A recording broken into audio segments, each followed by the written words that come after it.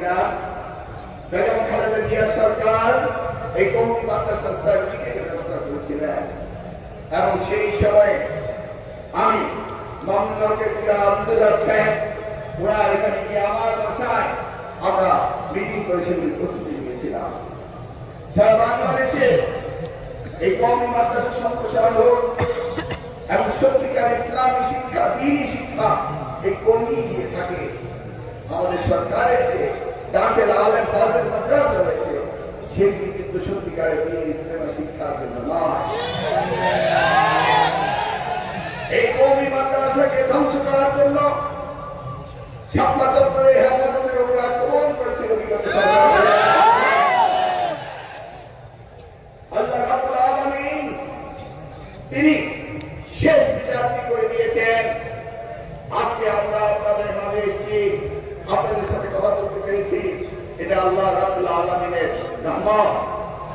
কোথা থেকে আবাবিল পাখি আসলো আর কিভাবে এই দেশকে স্বাধীন করে দিয়ে গেল।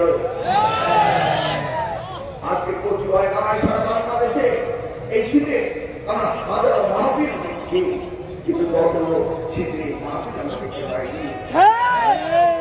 এদেশ শান্তির দেশ, এদেশ অসম্প্রদায়ের দেশ। এদেশে আমরা ইসলাম যারা ধর্ম আছি আমরা আমাদের ধর্ম পালন করব, কিন্তু আমরা চাই না যে আমাদের উত্তেজিত করা হোক বা আমাদের উস্কানি দেওয়া মধ্যে যাই না।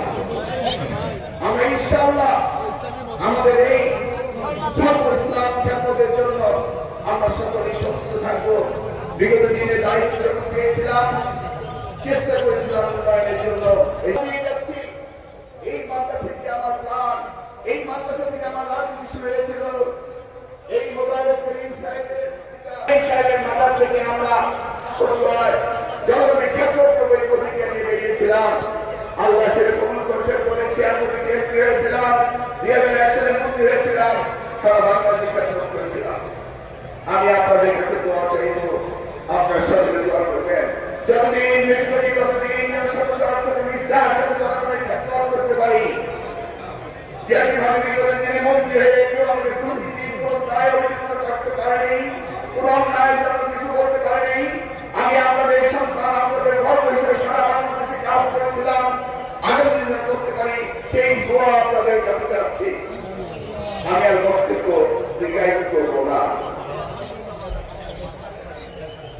সেটা আমি বলেছিলাম এই নাজির সাহেবের বিরুদ্ধে পেট্রোল ভাঙার মামলা হয়েছে, কচুয়া মাদ্রাসা ছাত্রদের বিরুদ্ধে মামলা হয়েছে, আমাদের বিরুদ্ধে মামলা হয়েছে। এই সাক্ষী তো আপনি সকলে আছে, কোনো কথা আর বলতে চাই না, শুধু আপনাদের কাছে দোয়া চাই। আর অনুদান হিসাবে সেটা হুজুরকে আসতে বলছি, সেটা পৌঁছে দেওয়া আমাদের ছোট্ট অনুদান থাকি। আল্লাহ হাফেজ, আপনার শান্তি থাকেন, ভালো থাকেন। হুজুরের জন্য আমরা দোয়া করি, আল্লাহ